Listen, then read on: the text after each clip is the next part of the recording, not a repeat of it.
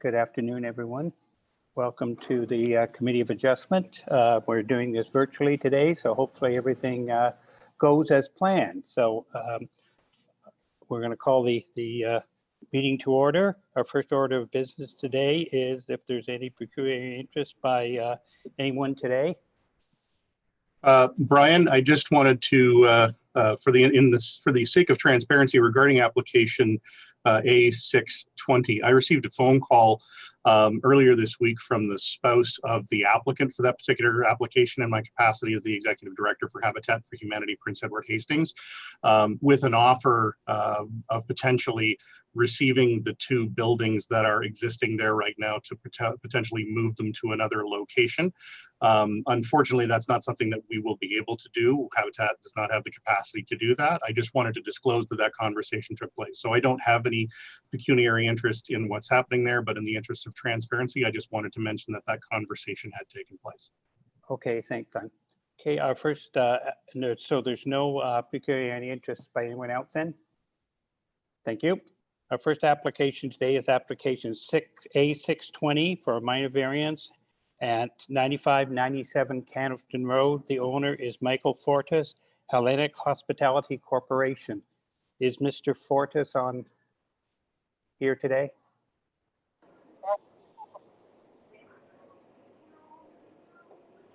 Is that Mr. Fortis?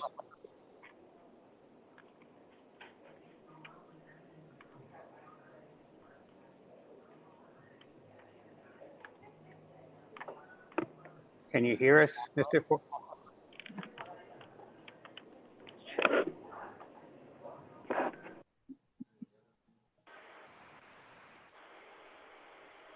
Hello, Mr. my name is Michael Fortis.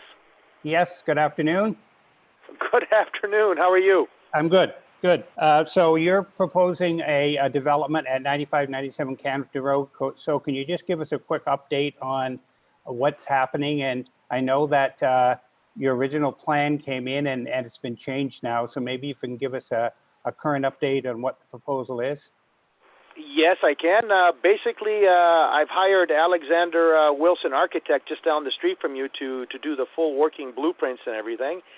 The site plan as was sent to you a month ago, he didn't like the way it was laid out, and there was too many minor variances and problems with the way it was laid out. So he's proposed a new site development, a new site plan where the building sits on the back of the lot, not lengthways east to west, but on the west side of the west end of the lot with the parking in front. The building will be a little bit bigger and more functional, as opposed to being very long and narrow. It's more square. I don't have. I sent an email with proposed drawings to Greg, and unfortunately, there's no dimensions on that. So, at the time being, I'd have to say that I need to defer this for our next meeting next month, where I can properly give you dimensions and another proper site plan. Okay, does any of the committee have any questions? There's a question through the chair to Mr. Pynchon. Would that then not necessarily require that the new drawings are sent out to any of the citizens in the area as well, so that they are properly informed as to what the new proposal is? The new proposal, I would still need a minor variance for height, as I don't want to put a flat roof. I want a steel roof on with a pitch. And because it's zone C2, I still need a variance for having residential on the commercial floor. And I'm proposing 2 handicap units on the ground floor in the new drawing for people who are only wheelchair accessible at all times. So those are the only 2 variants I would need in the new site plan. So once again, through the chair to Mr. Pynchon, I'm assuming that these, whatever the new drawings or plans would be and whatever is being proposed would also need to be circulated to within the local proximity of the building, so that the neighbors would have the opportunity to examine everything the same way that we would. Is that not correct, or am I incorrect? Correct. Through we'd have to start the process over.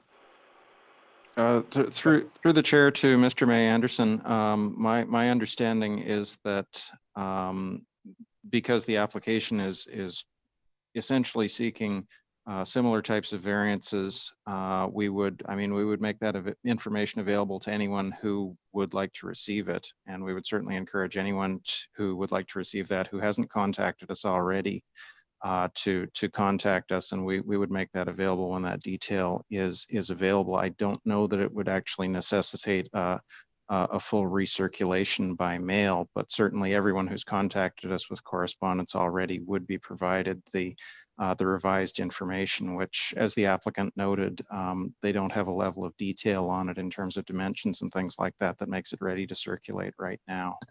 Yeah, if there's anyone else that didn't send comments in now that wishes to wishes to receive this information, by all means, contact Greg's office and he can provide you with that information before it comes back up to us. So I know that were some people that were interested in making comments today, but because this is a new proposal, then it may be in the best interest of time and to save comments that may not be relevant, that we wait for those comments from the concerned people until they look at the new proposal, and then the next time we have a meeting, then they can come forth with those questions and comments at that time. What does the committee members think? Glenn? Oh, here. Sorry, I would be prepared to make a motion that we defer this to the next meeting of the Committee of Adjustment for that very reason. Yeah. Do we have a And second? I'll second that, Brian. Okay, thank you. Just before we ask for a vote on, is there anything specific, Glenn, that you want? I think Susan would like to speak. Who wanted to speak? I believe Susan. Oh, Susan, sorry, go ahead.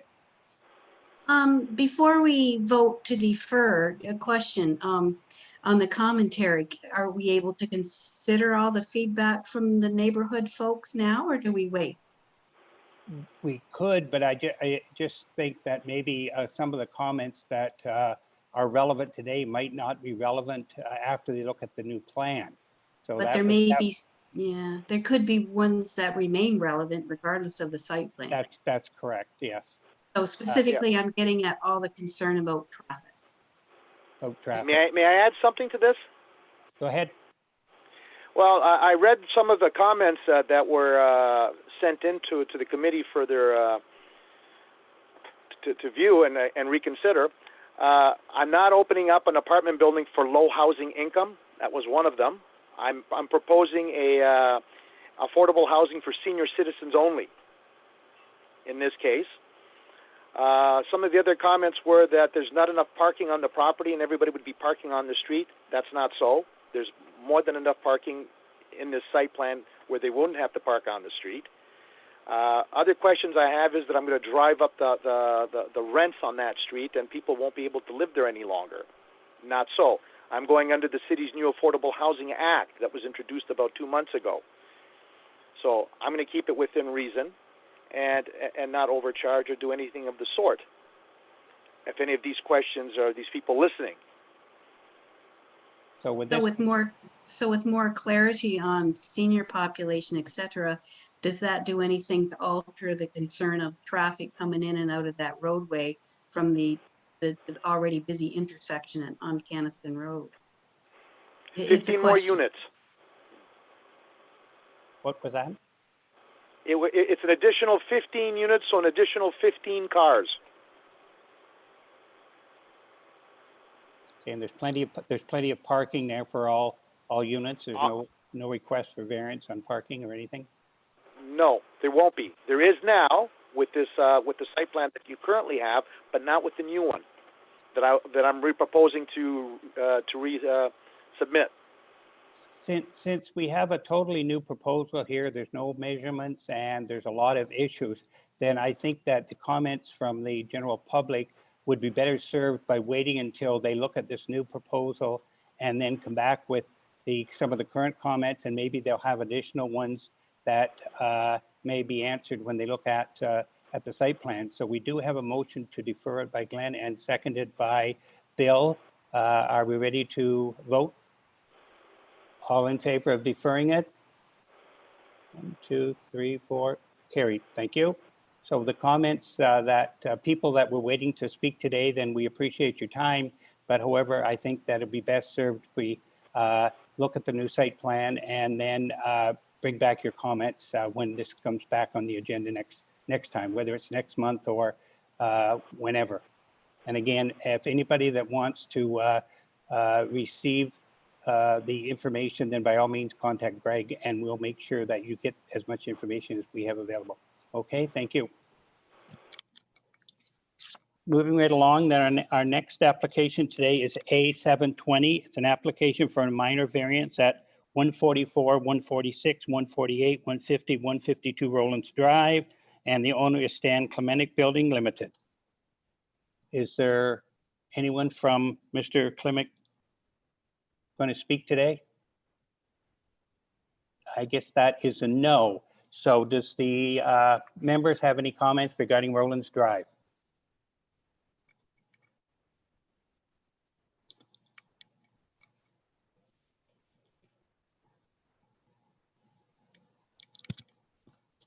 No? Can't hear any.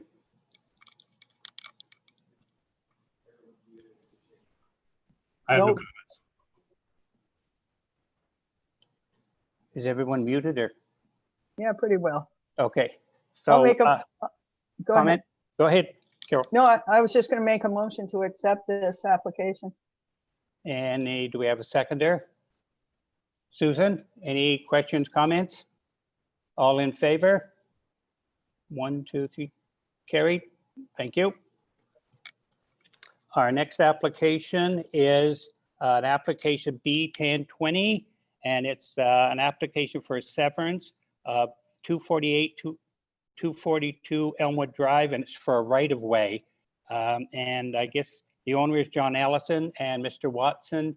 I'm not sure if he's going to be with us. Is he, Mr. Watson, available for comment?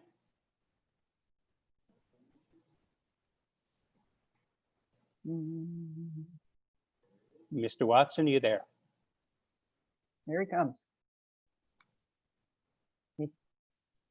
He's muted. There we go. You're muted. All right. Good afternoon. Good afternoon, Keith. So we're looking at 248, 242 Elmwood Drive, and it's basically a right-of-way so that there's access to the property at the back. Is that correct? Yes, there were two parcels of land, and Mr. Allison is going to sell his parcel to another farmer, and his son owns the little benefiting parcel, and he always drove over his dad's property and then out that city right away to Elmwood, and he just wants to guarantee that he can cross that little piece of corner to get to the right away.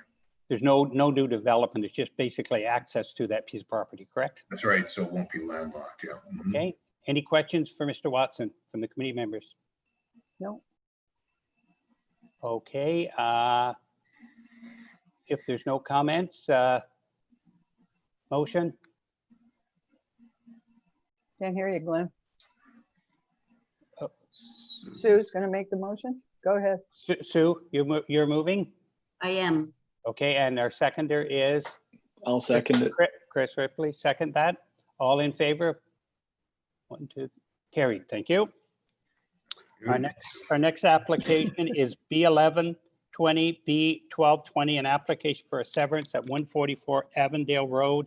The owner is Matt, and I'm going to get this last name wrong, so we'll just go with Matt. And the agent is Caitlin Sheenan with Ainsley Group.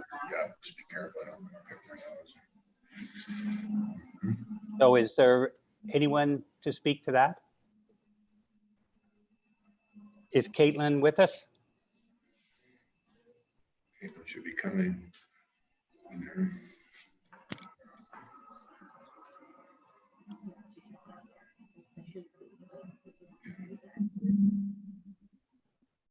Hi there. Can everybody hear me?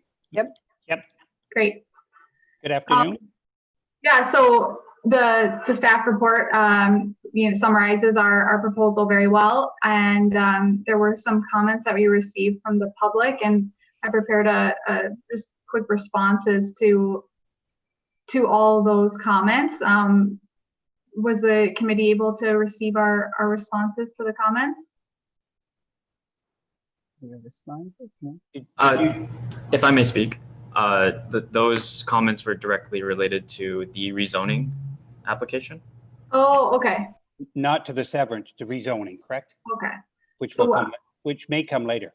Okay, so were there any comments received on the application for? Okay, just to be clear, this is not consent for a 28 by 28 meter right of way here, correct? That's what it says on No. the slide. No, we're No, moving. the proposal is for 2 new lots that'll front Aldersgate Road. Okay. They'll each be 15 meters wide, and they're to be taken off the rear of 144 Avondale. And so the size of 144 Avondale that'll be retained still suits the R1 zoning that it's on. It's such a big lot that it it's from, back before we had the size of urban lots that we have now. And in the rear, there can be 2 really nice sized single family units that front Aldersgate, and they can be serviced by the city water and sewer.